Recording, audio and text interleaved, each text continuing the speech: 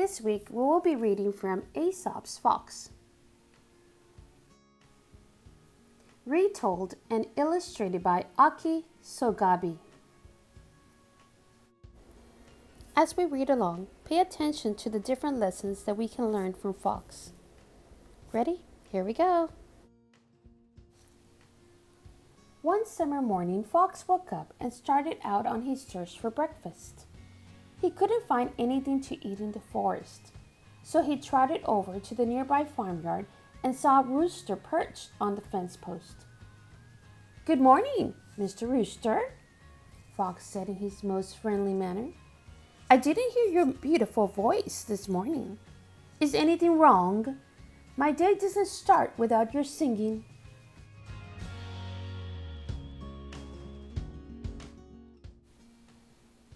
Rooster proudly shook his crest. "I used to listen to your uncle's song," Fox continued.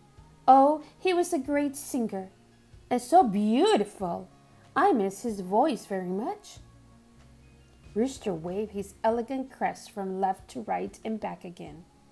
"What a vain fellow," Fox thought. "Can you sing as well as your uncle?" Fox asked. "Of course I can. I sing much better," Rooster finally answered proudly. He opened his beak and took a deep breath. "Wait," said Fox. "When your dear uncle sang, he shut his eyes very tight and stretched his neck very straight. Then he sang his heart out." "I can certainly do that," said Rooster. He shut his eyes very tight and stretched his neck very straight. "Cock-a-doodle-doo! Cock-a-doodle-doo!" Fox leaped at him, seized him by the throat, and ran toward the forest.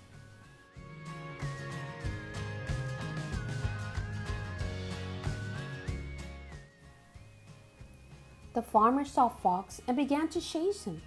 "Stop, thief!" he cried, and came closer and closer. "My dear Fox," Rooster said as Fox held him tightly in his jaws, "why don't you just tell him that I belong to you?"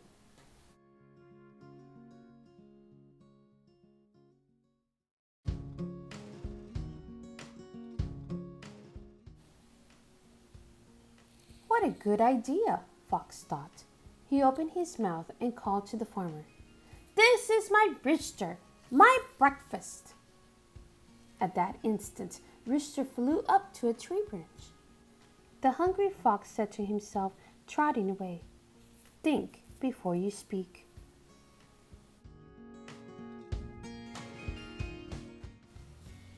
As Fox walked along, he heard some strange rasping sounds, and in a few moments he saw a large boar sharpening his tusk on the trunk of a tree. Zook, zook, zook. "I beg your pardon," said Fox. "Why are you doing that?" "I'm sharpening my tusk," Boar replied. "These are the only weapons I have to fight my enemies. Unlike you, I have no sharp claws or fast feet." Fox looked about. Except for the noise Boar made, the forest was silent and peaceful. Surely this boar was a fool to spend his time this way when there was no need. "But there's no danger here that I can see," Fox said. "Not at this moment," replied Boar. "But when the hunters come after me with their dogs, then it will be too late to sharpen my tusk." He went back to the tree. Zuck, zuck, zuck. Fox walked away and thought, "He's right. If you are prepared to defend yourself, you have nothing to fear."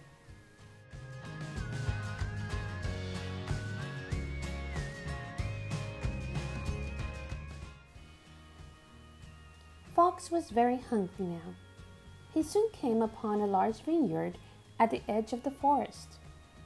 Bunches of juicy grapes hung from a trellis. They looked ripe and ready to eat. They smelled delicious. "What beautiful grapes!" Fox licked his lips and jumped up to get a bite of the purple bunches. But he couldn't reach them. He jumped again and again. and again, but the grapes remained beyond his reach. He could get nothing.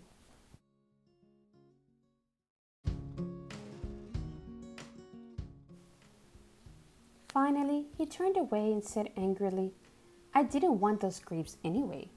Look at them. They're probably sour." He walked back into the forest. Boar, who had been watching, said, "We often pretend to dislike what we can't have."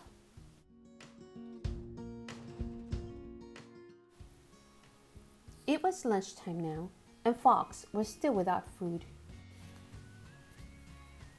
Then Fox saw Crow sitting on a branch with a piece of cheese in her beak. "Surely this is my chance to have something to eat," he thought. And so he addressed Crow. "What a handsome bird you are," Fox said. "Your glossy feathers are remarkable. Why, I believe not even the peacock's splendor can equal yours." Crow seemed interested, but still held the cheese tightly in her beak. "Your noble face and bright eyes are like eagles. No, not even eagles, if you can sing like the nightingale," Fox continued. "I will tell all the beasts that you are the queen of the birds." Crow had listened closely and liked what she heard. This Fox told the truth. She was handsome and her voice was beautiful. She opened her beak and sang, "Caw, caw."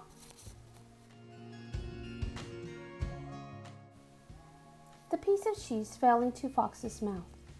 Fox gobbled it up and said to Crow, "Never believe flattery."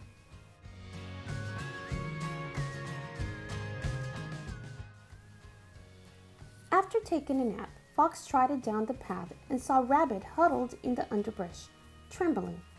A few seconds later, Deer ran past him with terror in her eyes. Fox became alarmed. Obviously, some terrible danger lurked in the forest.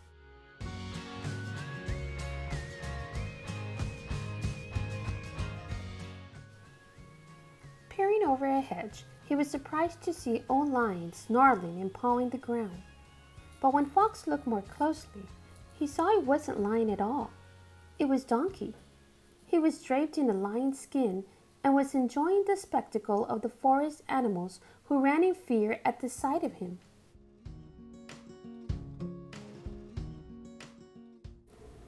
Fox leaped over the hedge and stood in front of Donkey. "So you aren't afraid of the king of beasts?" Donkey said to Fox in a growly voice. "We'll see about that." He bared his teeth and gave his best imitation of lion's roar. "Hee-haw! Hee-haw!" Fox burst out laughing. "You can't frighten me," he said. "I see your great ears under the lion's skin, and I hear you're brave." He trotted through the forest thinking, no matter how hard you try, you can't hide your true self.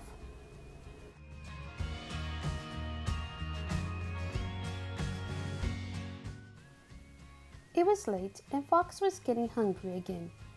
He sniffed the air for something good to eat, and this time his nose took him to a small hollow in a big oak tree. Inside he saw some fragrant bread and fruit that had been left by a woodpecker a short time earlier. Fox crept inside the hollow and ate every last morsel.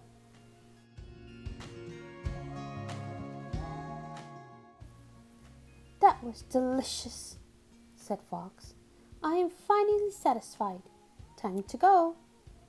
But when he tried to crawl out of the hollow, he found he was stuck. He had eaten so much that his stomach was too big to squeeze through the narrow space. To make matters worse, his meal had made him very thirsty. "I can't even get a drink of water," cried Fox. "What shall I do?" Raccoon passed by and heard Fox's lament. "You'll have to stay there until your stomach shrinks again," he said wisely. "Next time, don't be so greedy." Fox had to admit Raccoon was right. He settled back into the hollow.